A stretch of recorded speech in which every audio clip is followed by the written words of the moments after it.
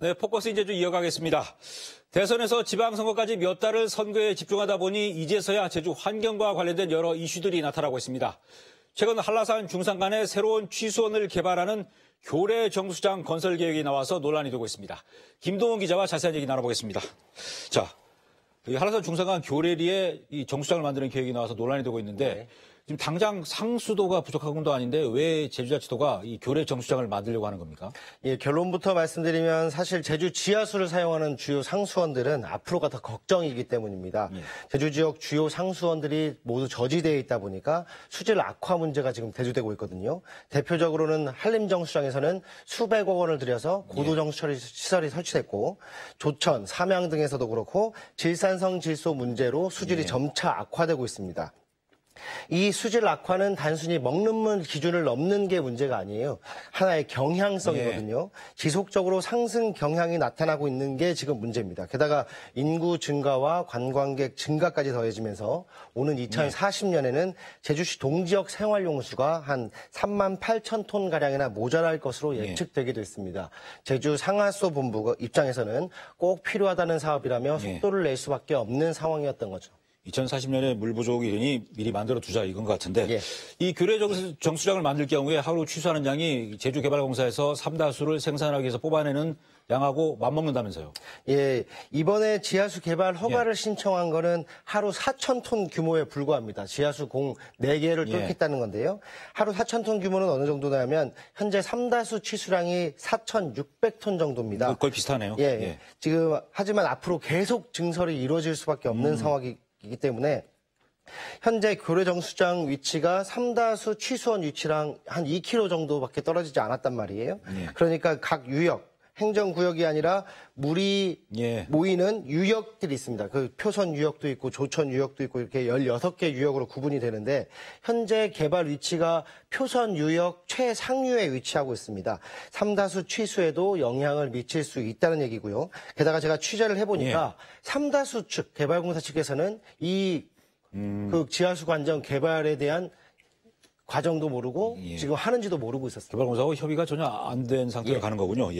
아까 얘기한 것처럼 문제가 2040년까지 교래 정수장의 취수량을 해마다 계속 늘리겠다는 건데 최종적으로는 얼마까지 하루에 뽑아내겠다는 겁니까? 예, 이 일대에 현재 개발된 지하수 관정이 하루 9,200여 톤 규모인데요. 여기에다가 오는 2025년에는 7,200여 톤을 추가 개발하고 오는 2040년에는 5만 3천여 톤까지 지하수를 신규 개발한다고 그 계획을 세우고 있습니다.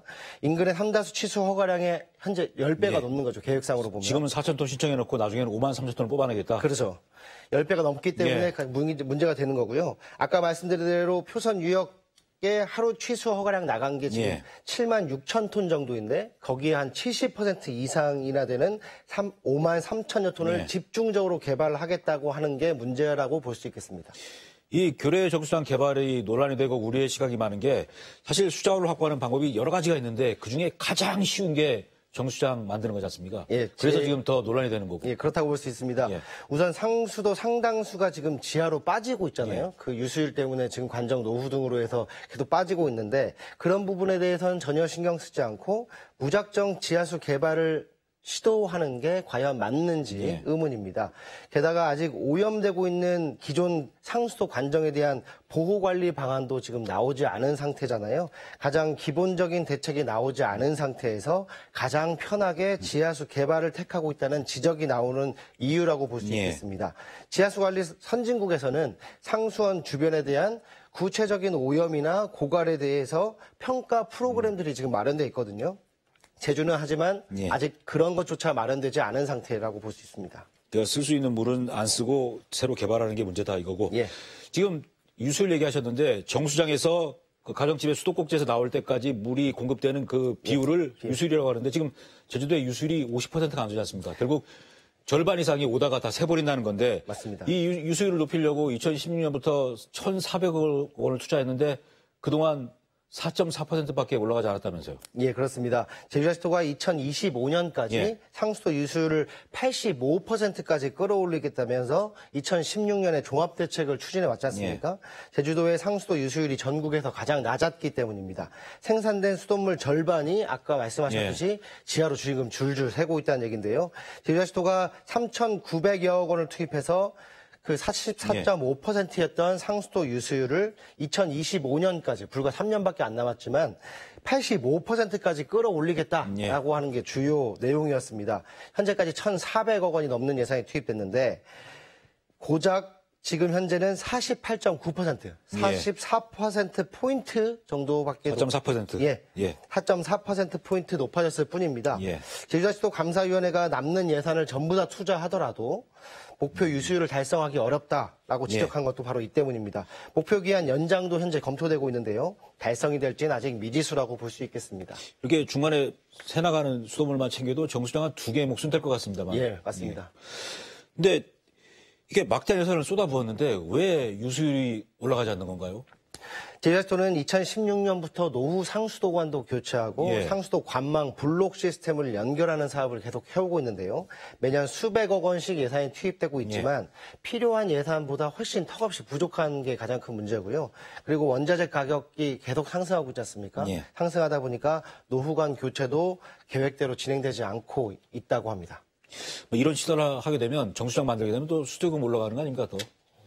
정수장 만들게 되면 위치에 따라서 또 관련 시설에 따라서 수돗물 가격 상승이 불가피할 수도 있습니다.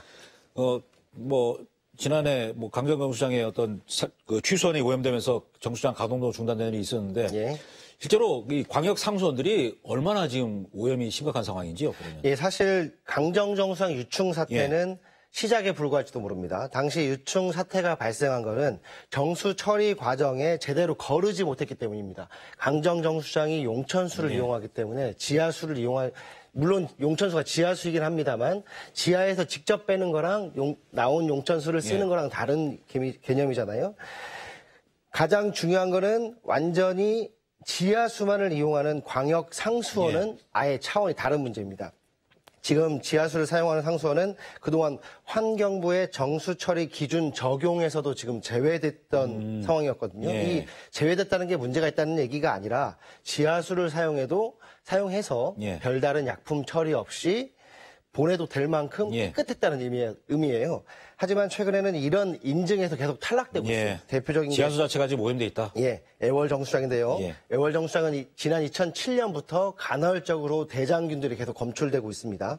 게다가 일부 광역 상수원에서는 인위적 오염으로 분석되는 오염이 계속 진행되고 있는 상황입니다. 수질 오염의 대표적 지표로 불리는 질산성 질소는 고도 정수 처리 시설 없이는 정화가 불가능하다는 점도 큰 문제인데 그렇다고 도내에 있는 상수원 모두의 고도 정수 처리 시장을 설치할 수는 없잖아요.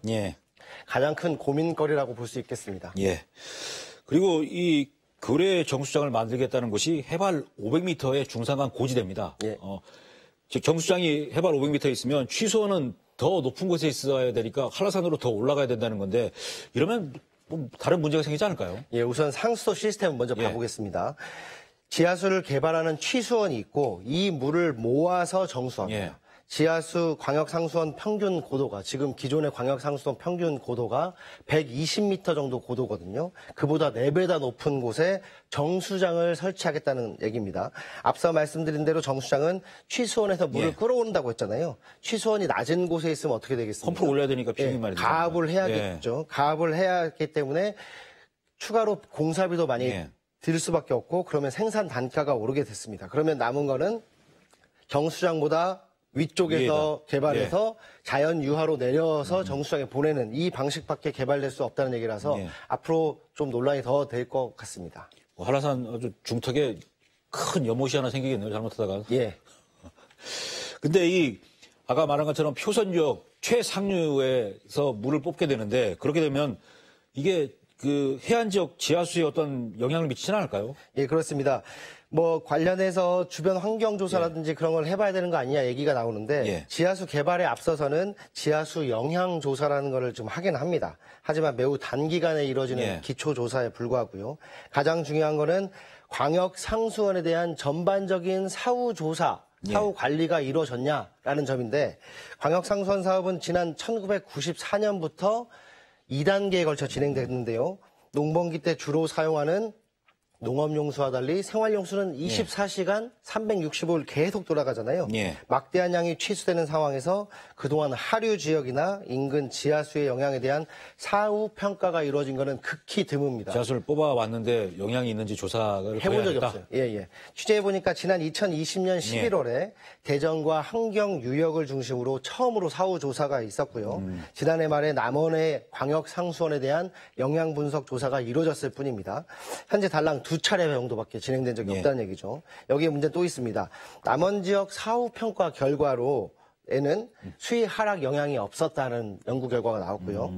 대정 지역에서는 일부 영향이 있을 수도 있다라고 분석이 된 거예요. 이것은 무엇을 의미하느냐 하면 제주 지역별로, 대수층별로, 지질별로 지하수 하강 요인이 상이할 수 있다는 얘기입니다. 그만큼 철저한 조사가 필요하다고 볼 수 한 있습니다. 군데만 조사해야 될 게 아니라 여러 군데를 다 파악을 해봐야 된다. 예. 자, 그래서 지난 9일에 지하수 심의위원회가 열려서 이 교례정수장 문제를 얘기했는데 질타가 이어졌다면서요. 어떤 지적이 나왔습니까? 예, 지하수 관리위원회 심의가 진행됐는데요. JIBS가 제기한 문제점들이 상당 부분 논의된 것으로 전해졌습니다. 그리고 수도 정비 계획이 나오지 않은 상태에서 교례 정수장 개발 사업을 먼저 논의하는 게 과연 맞냐라는 지적도 나왔습니다. 수도 정비 계획이 확정된 이후 구체적인 개발 계획이 나와야 된다라는 뜻인데요. 교례 정수장 개발 사업이 다소 성급했던 거 아니냐라는 지적도 있었다고 합니다. 결론적으로 재심의 결정이 내려졌습니다.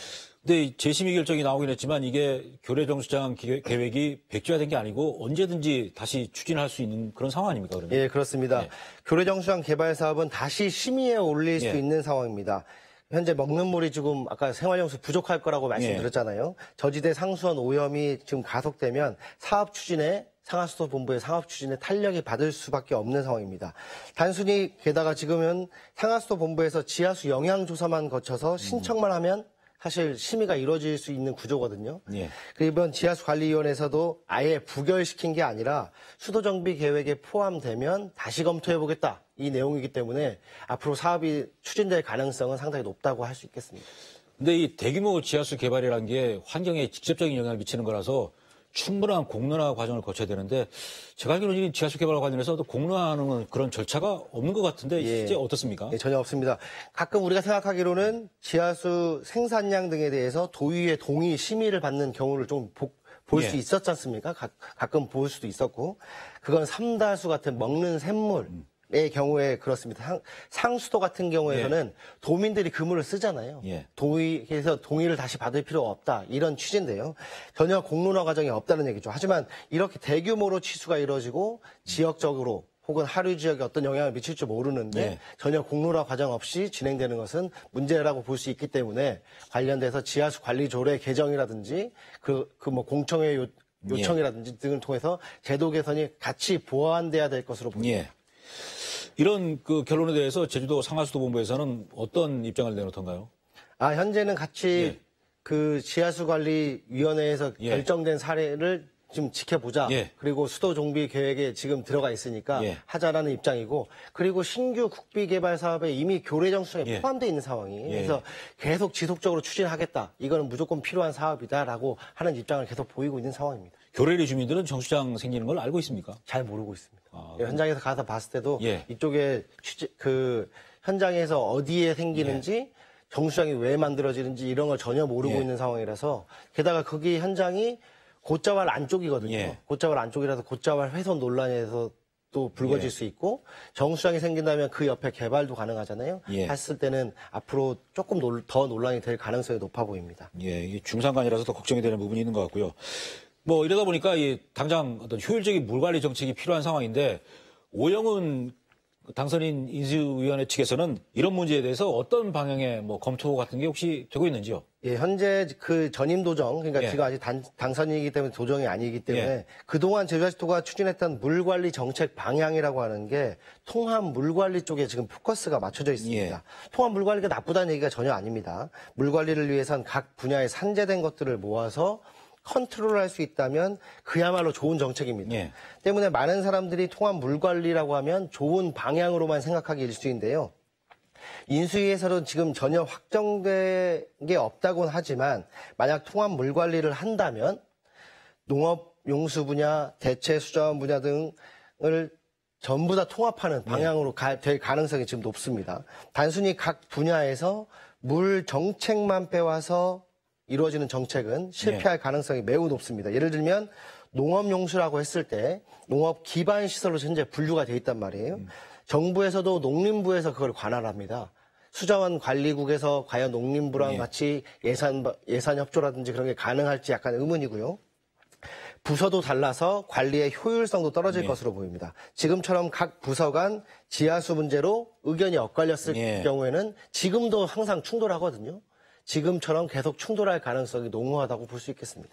통합 물관리는 조직만 합치는 거고 업무의 어떤 일원화 이런 건 안 되고 있는 상황이에요. 통합 물관리라고 해서 각 분야에서 물들만 빼오겠다 이런 취지로 지금 계획이 되고 있다면 이거는 빨리 수정해야 될 필요성이 있지 않나라고 보는 거죠. 그 미국 하와이가 제주와 같은 섬이라서 그쪽에 하와이의 지하수 관리 정책을 저희가 벤치마킹을 상당히 많이 했었는데 이 하와이의 물관리 정책은 제주와 어떻게 좀 다른가요? 지금 많이 다릅니다. 제 생각에는 수자원 관리의 핵심이라고 하는 것은 균형과 조율에 맞춰져 있다고 생각하는데요. 제주와 똑같은 화산섬이잖아요, 하와이도. 그리고 지하수를 상당히 많이 사용합니다. 하와이 사례를 보면 하와이는 부서를 통합하진 않았습니다. 하지만 물관리 정책을 전체적으로 조율하고 통제 관리하는 독립기구인 수자원관리위원회가 있습니다. 지난 1979년 출범했는데요. 이 위원회에서 각 부서에서 올라오는 물 관련 정책들을 평가하고 그 각 분야를 조율하게 됩니다. 농업과 상수도, 수질 관리 같은 전체적인 계획에 균형을 지금 맞추는 데 노력하고 있다는 얘기인데요. 장기적으로는 우리 제주도도 이런 방향으로 가야 되지 않을까라고 생각합니다. 또 하나는 상수원 평가 프로그램입니다. 아까도 말씀드렸는데 제주 지역은 토지 이용 관리가 전혀 이루어지지 않고 있습니다. 예를 들면 주요 취수원이 있는데 바로 상류 지역에서 축사가 있거나 그 밭이 있어서 비료를 막 뿌리잖아요. 그렇죠. 이런 일이 다반사입니다. 상수원 평가를 통해서 취약 부분을 어느 정도에 설정하고 이런 부분에 대해서는 그 토지 이용 관리라든지 행위 제한 같은 것도 같이 들어가야 되는데 제주는 지금 그렇게 하지 못하고 있기 때문에 앞으로 이런 부분에 대해서는 지속적으로 검토라든지 이번 인수위 대책에 이런 부분이 많이 포함돼야 될 것으로 보입니다. 오늘 말씀 잘 들었고요. 앞으로 지하수 말이 좀 취재 부탁드리겠습니다. 수고했습니다. 감사합니다. 네, 제주가 특별자치도라서 얻을 수 있던 경제적 효과가 이미 사라졌다는 분석이 나왔습니다. 제주도의회 분석 결과 지난 2018년부터 3년간 연평균 제주 경제 성장률이 마이너스 2.1%로 전국 17개 시도 가운데 고작 16위였습니다. 지방세 수입 증가율도 3.9%로 전국 평균의 절반에 그쳤습니다. 특별자치도는 제주를 더 큰 제주로 성장시킬 수 있는 힘을 이미 잃어버렸다는 얘기입니다. 외형은 도정을 준비하는 인수위원회에서 공약 실천 계획을 준비하는 것도 중요하지만 제주의 새로운 성장 전략을 찾는 게 더 중요할 수 있다고 감히 생각을 해봤습니다. 네, 포커스인 제주 오늘은 여기서 마치겠습니다. 고맙습니다.